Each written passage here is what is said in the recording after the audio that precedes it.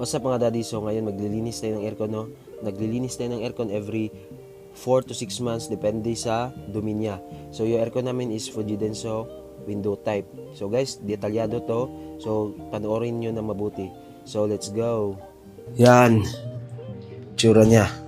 Inaklas ko nga sa taas. Woo! Hirap ng one man army guys. One man army lang tayo. So yung gamit natin. Tara, baklasin na natin. Okay. So ito na. Need lang natin screwdriver. Flat screw. Kaya na to kahit wala na to. Yan, tingnan nyo. Meron yan dalawa sa taas. Tanggalin nyo muna yan. Dalawa. Sa taas.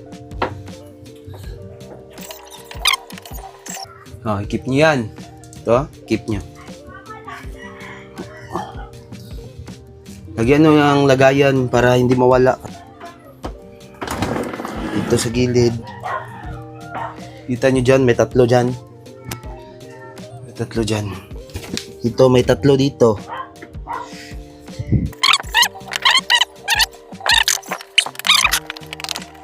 Tapos, sa kabila naman. Yun din dito. Tatlo din yan, dito, tatlo. Screwdriver lang. So normally sa baba ko to sa labas ko to ino-open, pero since magbibideo nga tayo dito na lang kasi mainit na eh.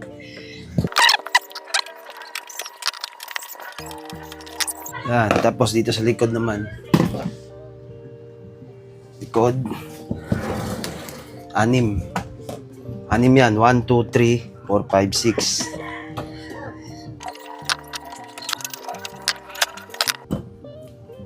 6. Ito, tabi nyo. Dito din. Tanggalin. Huwag na muna pala dito guys. Kasi open ba natin tas taas. So okay na. Lahat ng bolt. Screw. So dito naman tayo. So pag open ng filter. Paano mag-open ng filter? Ganito. Dito kita nyo itong awang na to. Meron yan sa gilid. Ganyan lang sabay. Kahit ano nyo lang. Yung pull. Yan. Yan. Tapos kunin nyo yung filter. Yan. Ito, dumi. Ito yung dumi. Tapos dito naman tayo. Kita nyo na. Dumi, diba? Dumi guys. So, kailangan maglinis. Every 2 months or every 6 months. Depende yan sa paggamit nyo. Tapos dito naman. Dito, tsaka dito.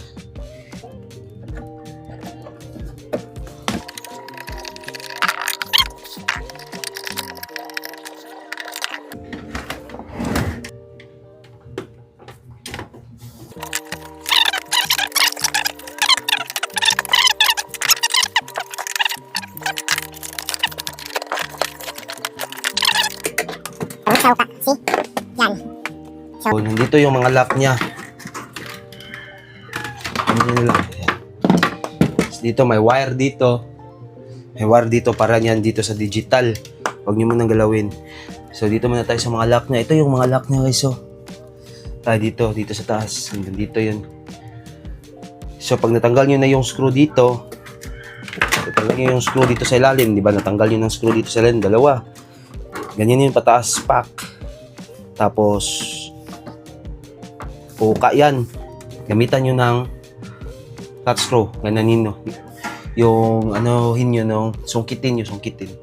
Huwag nyo persahin kasi kung persahin nyo baka masira. Okay?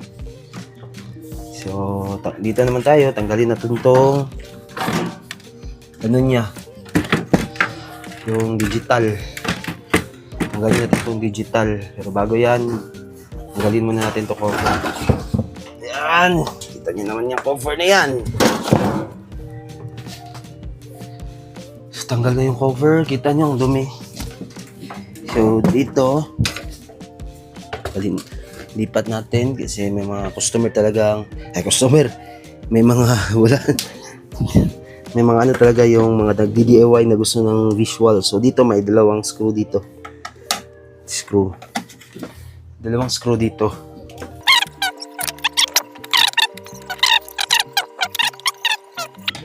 Dumi, di ba? Kita nyo dumi? Shoutout kay Ate Yesh. Same kami ng aircon. Ate Yesh. Ang ate kong maganda. Ate Yeshika. Yan. Ito, bababa natin to. Lilinisin natin sa baba. Dito, huwag niyong basain to, ha. Huwag niyong basain. Dito, ginamit natin ay clean wrap. Pero pag wala kayong clean wrap, okay na yung, yung cellophane. Basta huwag niyo lang mabasa yung mga yan. Balot niyo lang yan. Yung pansinin yung chan ko, guys, ha. Kaya bash yung chan ko. Bash yung chan ko. Huwag niyo nang i-bash yung chan ko.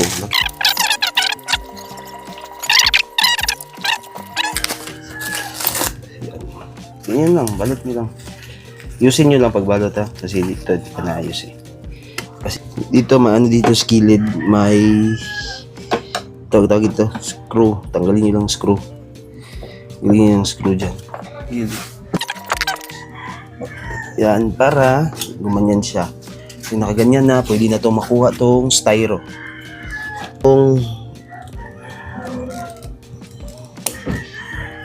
Nga pala, wag niyong tatamaan to, wag niyong sisirain tong parang bronze na to, yung copper na to. Kasi daanan to ng freon. Okay, ito wag niyo din walain kasi dito yan, eh. Tapos meron pa dito tire wire. Bago niyo pala gawin to, guys, dapat may tire wire kayo, ha. Tire wire.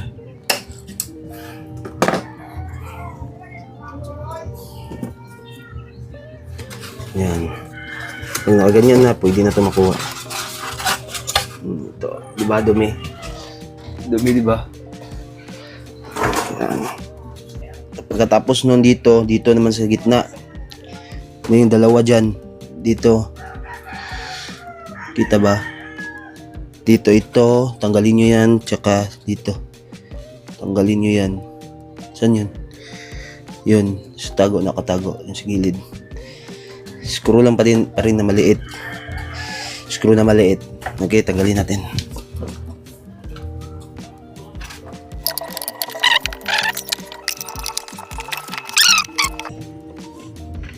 Yan. Ang dalawa. Okay. Yun, no? Okay. Tanggalin nyo na to. Tanggalin nyo na dito sa likod yung dalawa.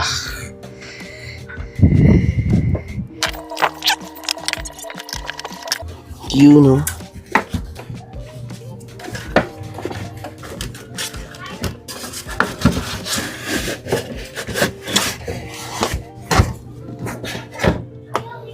Yan. Yan, no? Pag natanggal nyo na, yan, Jesus, kunin nyo muna to. Kaya matakot, guys, ha. Yan, tanggal nyo na, ganyanin nyo. Ganyan nyo muna dyan, pag ganyan. Off natin yung ano. Yung isang styro dito, kunin natin, pero tanggalin muna natin to.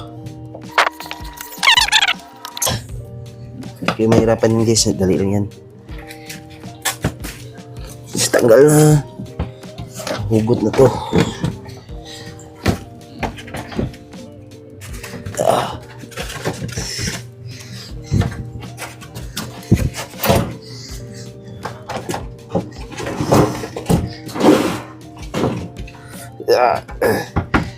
Ito yung itsura ng maduming aircon, guys. Ew, yuck. Yung itsura niya, oh. Yan, dumi, di ba? So dito, kailangan nyo to tanggalin. Gamit natin ay 12mm ay 10mm. Yan oh. 10 mm. Ito sa puti. Puti. Tago lang natin yan.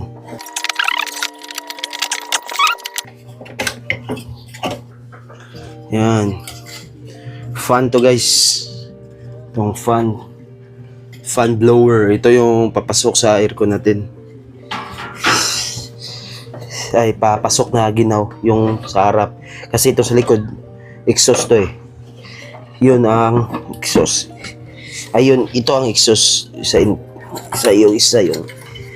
intake ba yun? Dito, same pa rin. Same pa rin.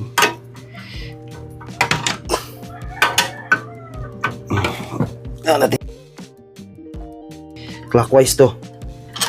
Kanina counterclockwise. Dito clockwise. Yung pahigpit yung ano niya, paluwag niya. Gusto niyo siyang tanggalin, dapat clockwise yung paikot niyo. Kanina counterclockwise. Kontrapelo sila. Ito yung tsura niya. Ito yung makina ng blower at saka yung fan. Tanggalin lang natin guys. Diyan na. Ito lang. Irritation yan. May tatlong screw. Tatlong screw guys.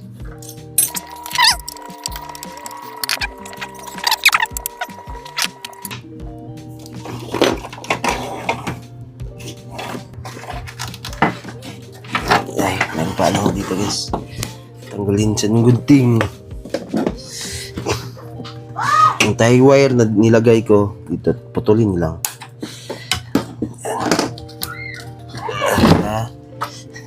Di natin babasahin yan dahil yung ano niya.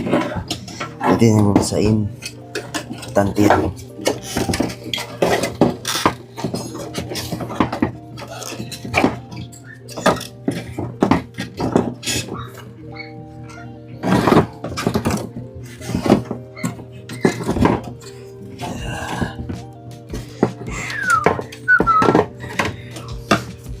So, balot-balot na tayo.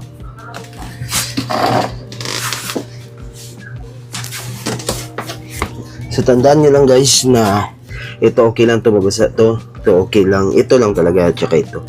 Huwag nyo basain. Huwag nyo basain. Kasi pag nabasa yan, masisira yung aircon natin. Hindi. Wala tayong pambili bago.